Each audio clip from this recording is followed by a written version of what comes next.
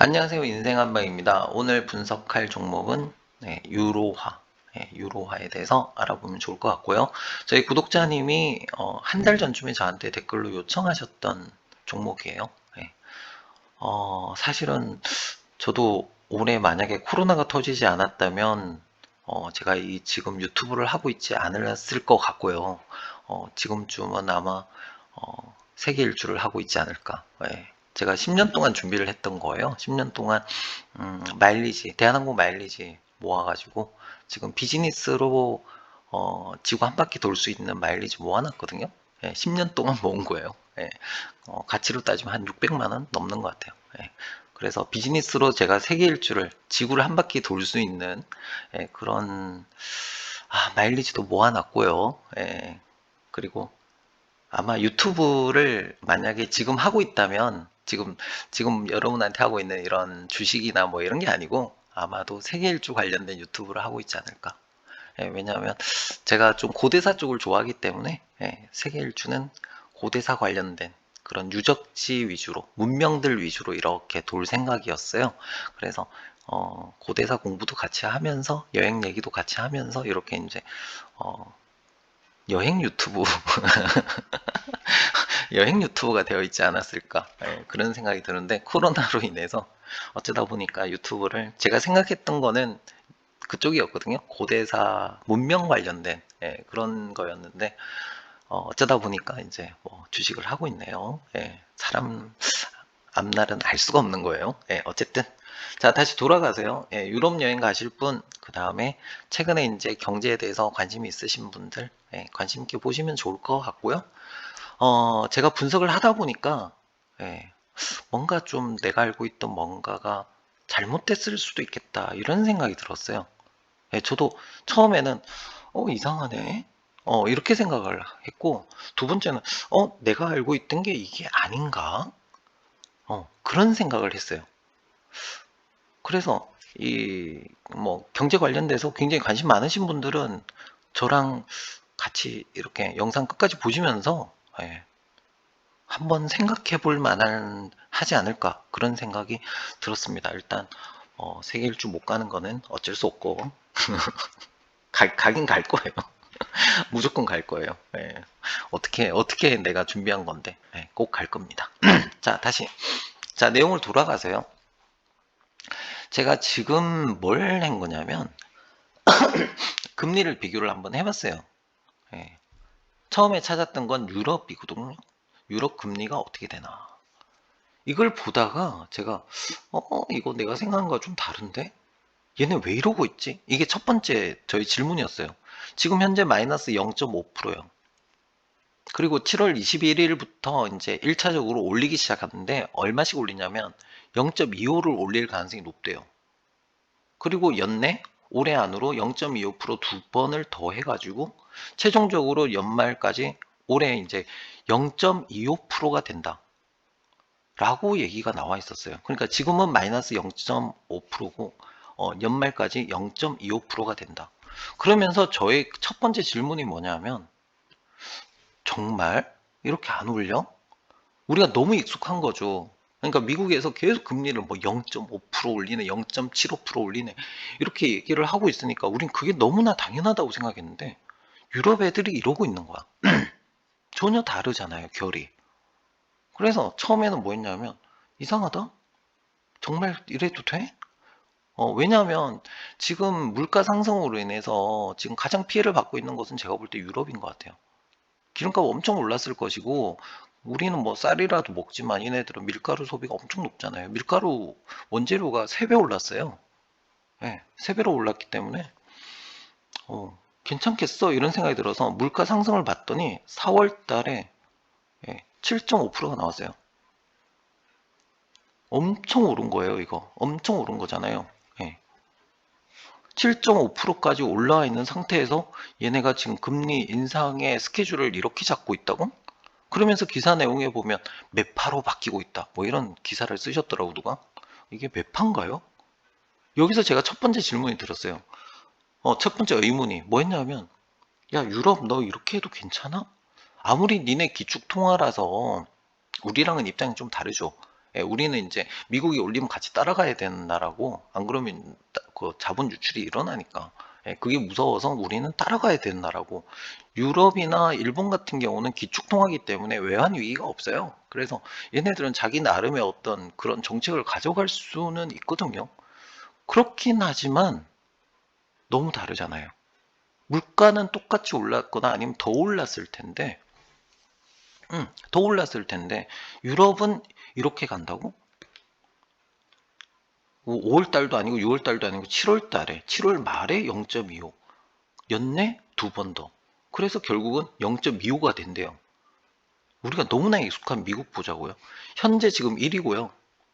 그 다음에 0.5%? 3회하에서 결국 연말에 뭐가 되냐면 2.5%가 돼요. 이거 한번 두 개 비교를 한번 해보세요. 여기서 제가 의문이 들었던 거예요. 둘 중에 하나는 틀렸다는 거예요. 제가 여기서 이제 생각이 빠진 거야. 처음에는 유럽이 이렇게 해도 되나? 이런 생각이 들었고, 여기 일본은 지금 현재 마이너스 0.1. 뒤로는 알 수 없다. 예, 뭘 할지 모르겠어요. 일단 일본은 빼고요. 예, 이분은 빼고. 이분은 원래 뭐 자신의 길을 가시는 분이니까 일단 빼고. 어, 그래서 고민을 했어요. 와, 처음에는 제가 생각했던 게 뭐였냐면 유럽이 틀렸다. 이렇게 생각했어요. 야, 니네 이렇게 해도 되겠어? 물가 이렇게 올라가는데 뭐 너무 힘들지 않겠어? 그런 생각을 했고, 두 번째는 무슨 생각이냐면, 그래, 맞아. 유럽에 좀 약한 나라들이 있으니까, 이거 올렸다가는 걔네들 망할 수도 있어. 그래서 이거를 이렇게 낮추는 거야. 이렇게 이제 생각을 했거든요. 그렇게 생각을 하고 나서 생각을 다시 해보니까, 문제는 뭐냐면 차이가 너무 난다는 거예요. 여기에서 이제 저의 그 새로운 또, 예, 의문이 생겼어요. 야, 혹시 이게 틀린 거 아니야? 혹시 미국이 잘못 보고 있는 거 아닌가? 예. 지금 미국의 파월이, 연준이 지금 뭔가 잘못하고 있는 거 아닌가? 이런 생각이 또 들기 시작한 거예요.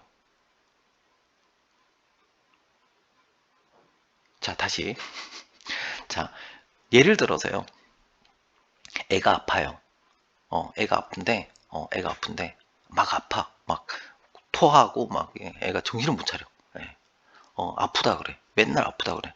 그러면 어떻게 해야 돼요? 병원에 데려가서 뭘 해줘야 돼?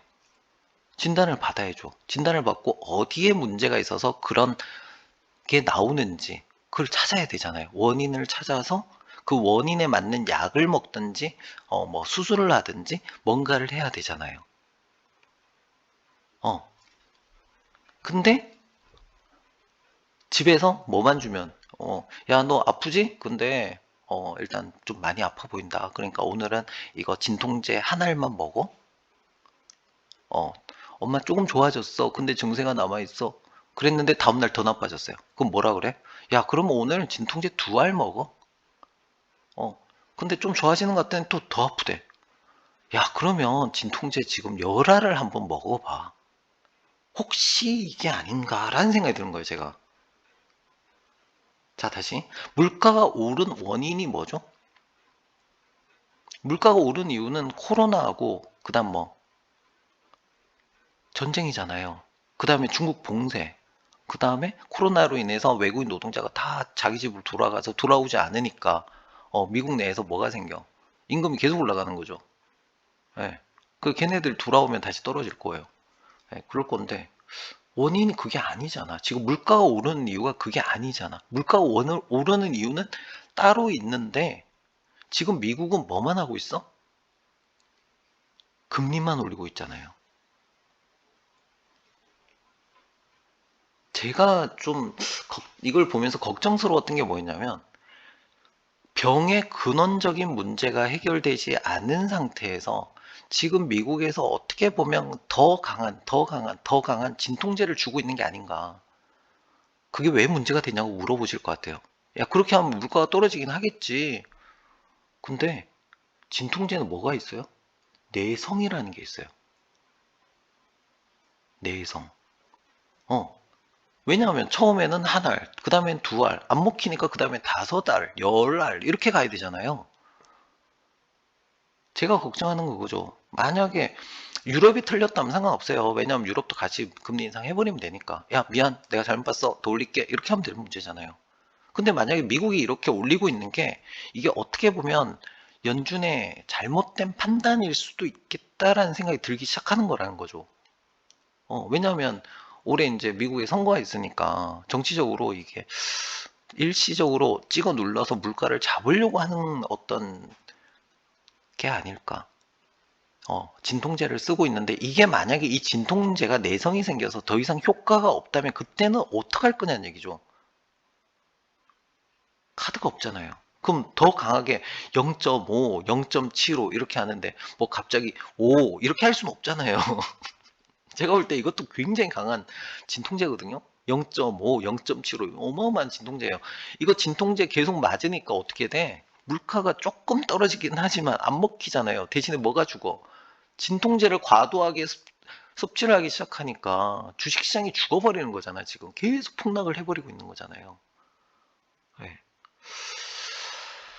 그런 생각이 좀 들었어요. 그러면서 둘 중에 하나는 틀렸다. 유럽이 틀렸던 아니면 미국이 틀렸던. 우리는 어쩔 수 없이 미국을 따라가야 된다. 예. 그럼 우리는 앞으로 1% 이상 인상을 해야 된다. 또 이런 문제가 발생하는 거죠. 그럼 이 정도 뭐 2.5% 이렇게 돼버리면 와 부동산 이거 가계대출 견딜 수 있을까요? 과연? 예. 과연 견딜 수 있을까? 저는 그런 생각이 좀 들어요. 예. 그래서 내년에 부동산 이거 견딜 수 있을까? 이자가 뭐 2배, 3배, 4배, 5배 이렇게 올라버리면 이걸 버텨낼 수 있을까? 저는 그런 생각도 들어요. 예. 어떻게 보면 와 굉장히 어렵다. 그죠? 예. 자 다시 정리해서 유럽은 생각보다 뭐하다. 미국에 비해서는 좀 천천히 가는 것 같다. 일단 여기서 천천히 가는데 물가는 똑같이 올랐고 똑같이 힘들 텐데 얘네들은 그래도 미국에 비해서는 굉장히 천천히 간다. 그래서 처음에 제가 의문은 뭐였냐면 얘 이렇게 가도 되나? 유럽이 잘못 보고 있는 거 아닌가? 첫 번째 질문이었고 두 번째 질문은 뭐냐면 유럽이 이렇게 가는 이유도 분명히 있을 거 아니에요. 그 이유는 뭐다? 원인이 이게 아니다라고 생각할 수도 있다는 거죠. 물가가 올라가는 이유가 이 금리로 찍어 눌러서 될 게 아니고 뭐가 근본적인 문제가 해결이 돼야 된다. 전쟁이 끝나야 되고 코로나가 어느 정도 끝나야 된다. 이런 생각을 가지고 이런 결정을 내린 게 아닌가라는 생각이 들어요. 그럴 수도 있다는 거지. 그다음 두 번째, 우리가 당연하게 받아들였던 미국의 금리 인상 속도가 이거 어떻게 보면 이게 잘못된 판단일 수도 있지 않을까? 그런 생각이 들기 시작하는 거예요. 왜냐하면 근본적인 원인이 금리가 아니잖아요. 금리가 아닌데 이거는 어떻게 보면 뭐일 수도 있어. 진통제를 지금 계속 강한 진통제를 계속 때려 맞추고 있다라는 생각이 드는 거예요. 그래? 그렇다면 만약에 이 진통제를 먹고 문제가 그 사이에 자동적으로 뭐가 되면 해결이 되면은 그래 진통제 맞고 잘 버텼다라고 하겠지만 만약에 이 문제가 계속 지속이 되고 물가가 꺾이지 않는다면 그 뒤에는 더 심각한 문제가 발생할 수도 있다는 거거든요. 그 얘기는 다시 얘기해서 진통제가 더 이상 먹히지 않는다는 거죠. 금리 인상으로 어떤 방법을 찾을 수 없을 수도 있겠다는 거야. 그래서 이 두 가지를 같이 고민하게 되더라고요. 뭐가 정답일지는 알 수 없어요. 알 수 없고 일단 이런 시각도 한번 생각해 볼 만하지 않냐라는 생각에서 제가 이 얘기를 한번 해봅니다. 예. 뭐가 맞는지 제가 그렇게 대단한 사람도 아니기 때문에 예. 구독자님 덕분에 유럽 거하고 미국 거 보다가 이상해서 미국 거하고 비교해 봤더니 전혀 다른 스탠스예요. 저는 다른 태도를 보이고 있으니까 그렇다면 둘 중에 하나가 틀렸을 거 아니야. 그래서 유럽이 틀렸다라고 일단 결론을 내렸고 첫 번째는 두 번째는 또 가만히 생각해 보니까 잘못하면 미국이 틀렸을 수도 있겠다는 생각이 드는 거예요. 진통제 계속 맞추다가 결국 내성이 생겨서 금리로 어떻게 막을 수 없고 문제가 계속적으로 지속되고 물가가 계속 오른다면 그때는 어떻게 할 거냐는 얘기야. 어떻게 보면 이 진통제를 지금 이렇게 강하게 쓸 게 아닌 것일 수도 있다. 유럽이 어떻게 보면 정확한 판단을 하고 있을 수도 있다라는 생각도 든 거예요. 예, 좀 다양한 시각으로 보자는 거죠. 뭐가 맞다가 아니고 다양한 시각으로 한번 생각해 볼 만한 게 아닌가 그런 생각이 들어서 아니기를 바랍니다. 이게 진통제를 먹고 있는 동안에 문제가 해결이 되는 게 가장 베스트겠네요. 그쵸? 그렇다면 결론은 뭐냐면, 이 금리 인상은 어떻게 보면 진통제의 어떤, 일시적인 진통제의 어떤 역할을 한다고 봐야 되는 거고, 그리고 이 주식시장이나 뭐 자본시장이 다 깨지기 전에 뭐가 돼야 돼? 문제가 하나씩 해결돼야 된다. 코로나 끝나야 되고, 치료제 나와야 돼요. 치료제가 제대로 된 게 일단 나와서 코로나 끝나고, 두 번째, 우크라이나 전쟁이 끝나고, 그 다음에, 그래야 이제 중국 봉쇄도 이제 풀릴 거 아니에요. 그러면 자동적으로, 예전에 이제 경제 시스템, 지구의 경제 시스템이 다시 돌아갈 수도 있다. 이런 상황을 좀 봐야 될 것 같다. 이런 생각이 듭니다. 그래서 결론은 진통제를 맞는 동안에 돌아봐야 된다. 이게 맞는 거다라는 결론을 내렸습니다. 자, 다시 마지막으로 여행 준비하시는 분들이 있을 것 같아서 그리고 유로화 투자를 생각하시는 분들이 있을 것 같아서 제가 차트 분석한 거 같이 볼게요. 제가 차트 분석하면서 이제 첫 번째는 뭘 그렸냐면 이렇게 가로로 된 선을 그렸어요. 선을 그리고 지금 이제 뭐라고 설명하려고 했냐면 이 안에서 움직일 것 같다. 1327.5에서 1409 사이에서 움직일 것 같다라고 이제 얘기를 하려고 하다가 뭔가 이상해요. 이 움직이는 게. 그래서 제가 좀 더 차트를 조금 더 섬세하게 좀 분석을 해봤거든요. 그랬더니 이게 맞더라고요. 이게 분홍색 선 보이시죠, 이거? 그려 보니까 딱 맞아. 딱 맞아서 지금 박스권일 수도 있지만 조금씩 오르고 있죠, 지금. 저점이 조금씩 오르고 있잖아요. 그리고 최근에 이제 이 저점 이렇게 밟고 여기서 이제 올라갈 거냐 내려갈 거냐 고민 중에 있는 것 같아요. 그래서 아까 얘기했듯이 그 뭐죠? 영국 중앙은행에서 얘기한 것처럼 금리를 빠르게 아니고 조금씩 올라갈 거다. 그렇다면 이 박스권을 타고 올라갈 가능성이 일단 높다. 이 차트가 딱 그렇게 보여주잖아요. 조금씩 뭐 할 거다? 올릴 거다.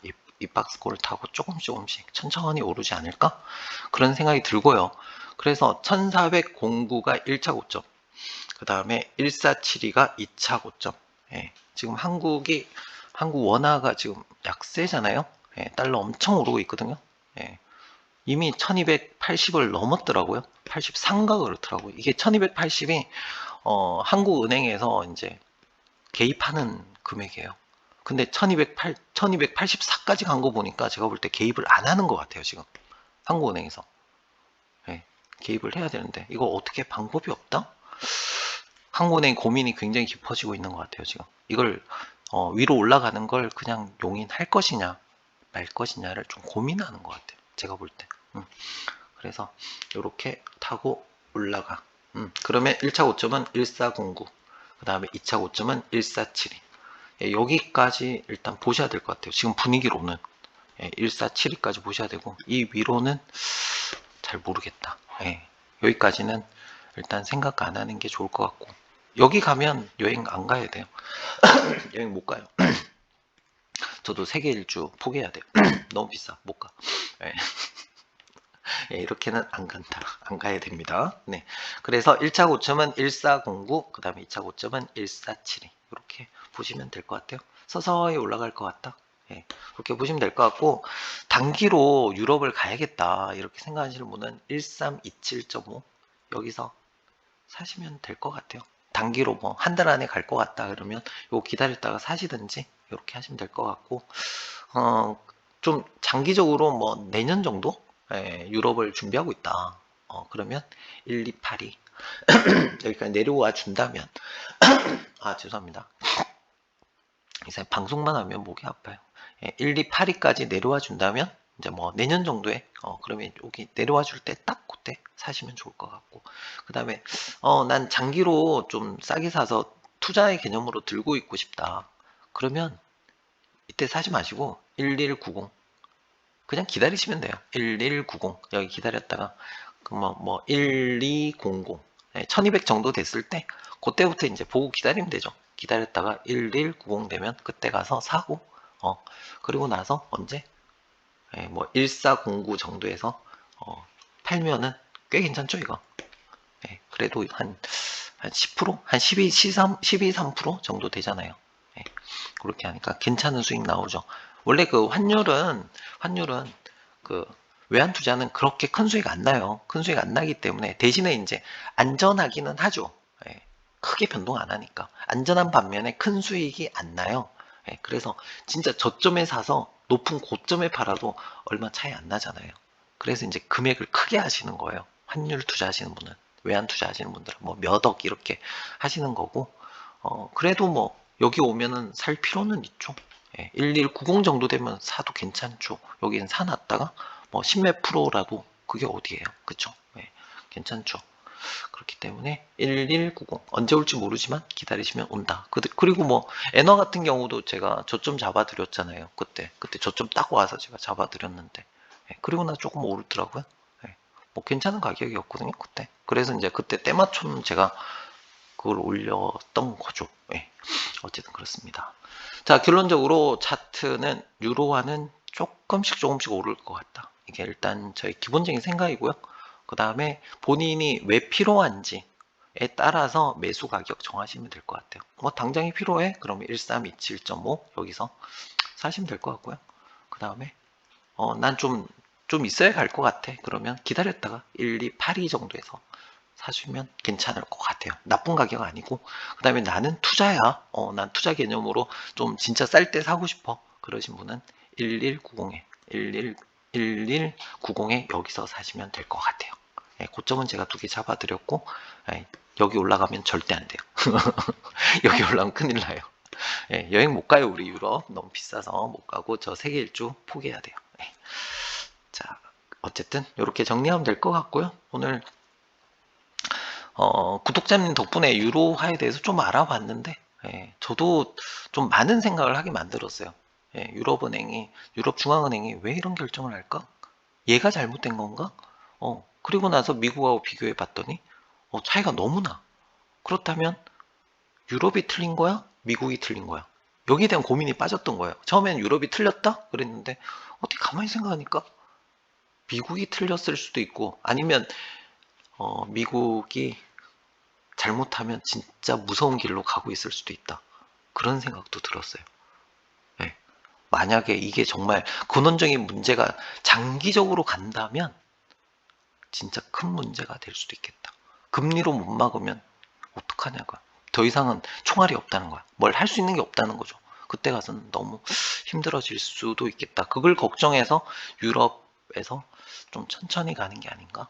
그런 생각도 해봤어요. 그러니까 다양한 어떤 생각을 해보는 게 좀 중요하지 않을까? 그런 생각이 들고, 오늘 내용이 조금 어려웠거든요. 어려웠는데, 혹시나 이 방송을 다 들으면서, 이해가 거의 다 됐다. 너 무슨 말 하는지 다 알 것 같다. 이렇게 생각되시면, 제가 이 영상은 굉장히 잘 찍은 거예요. 예, 제가 영상 굉장히 쉽게 잘 찍은 거예요. 이게 다 이해가 된다. 나 주린인데 네 얘기하는 거 거의 다 알아들었어. 그렇게 하면 제가 영상 엄청 잘 찍은 거거든요. 설명 정말 잘한 거거든요. 그렇다면 꼭 구독을 해주시기 바랍니다. 자, 오늘 분석은 여기까지 하고요. 뭐 감사합니다. 여기까지 마무리하겠습니다. 고맙습니다.